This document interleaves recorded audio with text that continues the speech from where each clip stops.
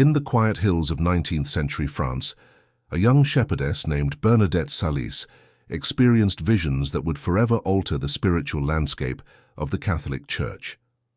Born in 1844 in the modest town of Lourdes, she was the eldest daughter of a miller's family living in poverty. Despite her limited education and frail health, Bernadette's life took a profound turn when at the age of 14 she began to witness apparitions of a young lady who identified herself as the Immaculate Conception. These visions, occurring between February and July of 1858, led to the establishment of the Sanctuary of Our Lady of Lourdes, a major pilgrimage site attracting millions annually. Wikipedia. While Bernadette's visions were initially met with skepticism, they were eventually declared worthy of belief by the Catholic Church. Her messages, though simple and humble, carried a depth of spiritual insight that resonated with many. Over time, she entered the Sisters of Charity of Nevers, dedicating her life to prayer and penance until her death in 1879. Her body, preserved incorrupt, remains a point of veneration in Nevers, France. Wikipedia. In the year 2025, as the Church faces a pivotal moment with the election of a new pope, many are revisiting Bernadette's prophecies. Some believe that the signs she foretold are now manifesting in our time. The convergence of her messages with current events has led to renewed interest and reflection among the faithful. One of the most significant aspects of Bernadette's prophecies is her emphasis on humility and simplicity. She often spoke of the need for the Church to return to its roots, focusing on prayer, penance, and devotion. In a world increasingly distracted by materialism and secularism, her call for spiritual renewal resonates deeply. Another key element of her visions was the role of the Virgin Mary in guiding the Church through times of trial. Bernadette's encounters with the Immaculate Conception were not just personal experiences, but messages for the entire Church. Many interpret these messages as a call to turn to Mary for guidance and intercession, especially in times of crisis. Wikipedia. As the Church stands at a crossroads in 2025, the question arises, are we witnessing the unfolding of Sister Bernadette's prophecies? The election of a new pope, the challenges facing the Church, and the global spiritual climate all seem to align with the themes she spoke of. Whether or not one views these events as a direct fulfillment of her prophecies, they undoubtedly serve as a reminder of the enduring relevance of her messages. In conclusion, Sister Bernadette Salis's life and prophecies continue to inspire and challenge the faithful. Her simple yet profound messages call for humility, devotion, and a return to spiritual roots. As we navigate the complexities of the modern world, her example serves as a beacon of faith and hope.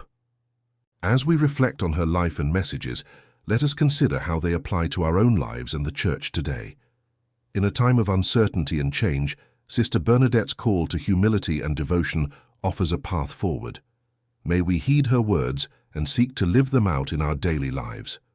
In the coming days, as the Church continues to face challenges and opportunities, let us remember Sister Bernadette's example. Her life reminds us that even in the most humble circumstances, great things can happen when we open ourselves to God's will. Let us pray for the grace to follow her example, embracing humility, devotion, and a deep love for God and His Church. May her intercession guide us as we seek to live out our faith in the world today. In the end, Sister Bernadette's life and prophecies are not just historical footnotes, but living testimonies to the power of faith and the enduring presence of God's guidance. As we move forward, may we carry her example in our hearts, striving to live lives of humility, devotion, and unwavering faith. As we look deeper into Sister Bernadette's story, one must understand the kind of world she lived in, a world so vastly different from ours, and yet facing some of the same deep spiritual questions. In the small, wind-swept village of Lourdes, Bernadette was an unknown face in the crowd, her family among the poorest. Her days were spent walking long distances, tending to sheep and gathering kindling for her family's hearth. She had little education, no grand future laid out before her, and no audience for the visions she would eventually receive. And still, it was her, this frail, quiet girl, who was chosen to deliver a message that would ripple through the centuries. She was not yet a nun when the visions began. She hadn't read theology. She didn't know the great doctrines of the church by name. But what she had, and what set her apart, was a heart open to the divine. She was only 14 years old when her first vision took place, and like many such moments in Christian history, it happened in a quiet, hidden place. There were no flashing lights or grand announcements, just a young girl on a cold morning, kneeling before something no one else could see. What she described was not frightening or boastful. It was deeply humble and filled with peace.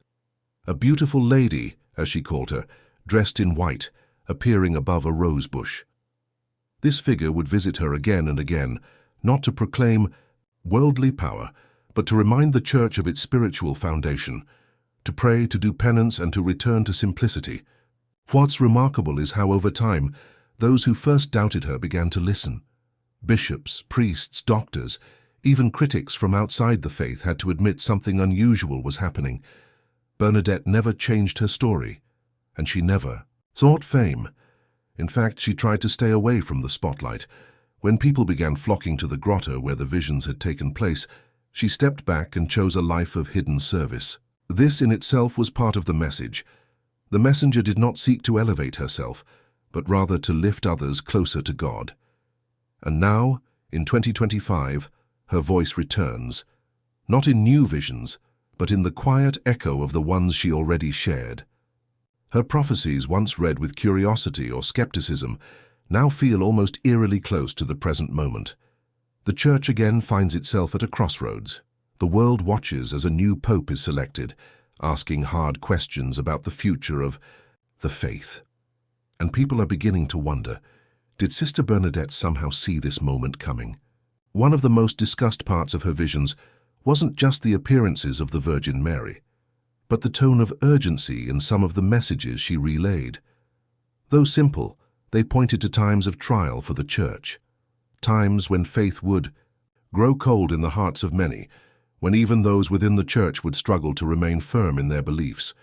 She described a period when the church would not be destroyed from the outside, but would face great confusion from within.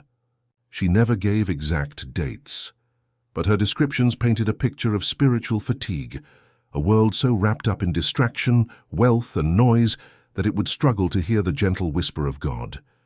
And that is where many feel we stand today. With so much information, with constant online chatter, with pressures coming from every direction, many believers feel exhausted. We have access to more religious content than ever before, and yet personal prayer is at an all-time low. Churches in many parts of the world are emptying, vocations to the priesthood are declining, and families struggle to pass on faith to the next generation. It's in this context that Bernadette's quiet voice becomes powerful once again. Not to judge, not to criticize, but to gently remind. She reminds us of what really matters: personal holiness, daily prayer, acts of charity, trust in divine providence. She reminds us that the Church's strength has never come from popularity or political power, but from the silent hearts of those who truly believe. And her timing, as many have noticed, feels strangely perfect. Just as the cardinals gather in solemn prayer to choose a new leader for the Church, we are invited to reflect on what we truly expect from that leader. Are we hoping for someone who will make the Church more popular, more progressive, more traditional, or are we hoping, as Bernadette would have hoped, for someone who will return us all to the basics, to love God, love neighbor, and follow the gospel without compromise? There's another reason her prophecy feels so relevant now. In her final years, Bernadette suffered greatly. She had tuberculosis and other illnesses that left her in chronic pain. She was often confined to her bed, but she bore her suffering.